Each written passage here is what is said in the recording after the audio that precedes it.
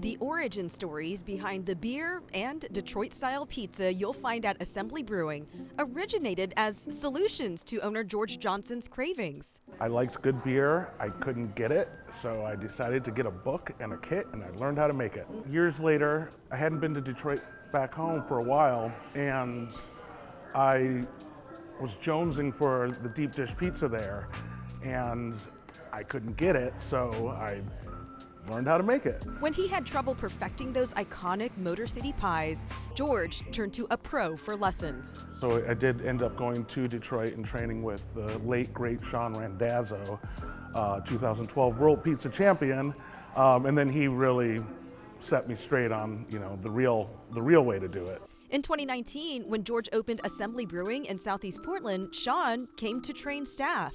Okay, now we're gonna make a small pepperoni pizza.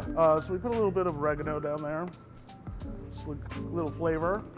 And then we put the pepperoni onto the raw dough, and that's the big difference between par baking it and doing it with raw dough, because now when you cook it, all of the juices from the pepperoni and the cheese and the spices are all going to kind of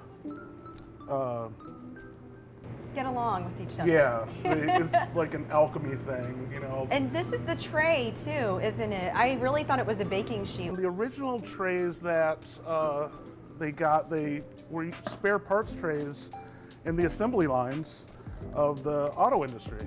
And they stole them because the original place was a speakeasy, and they stole these blue steel trays, and they put a Sicilian pie in these, and then they got that nice caramelized cheese edges that we love, and that kind of spawned a new style of pizza. All right, and then it just goes in the oven, and 12 minutes later, we have a delicious pie.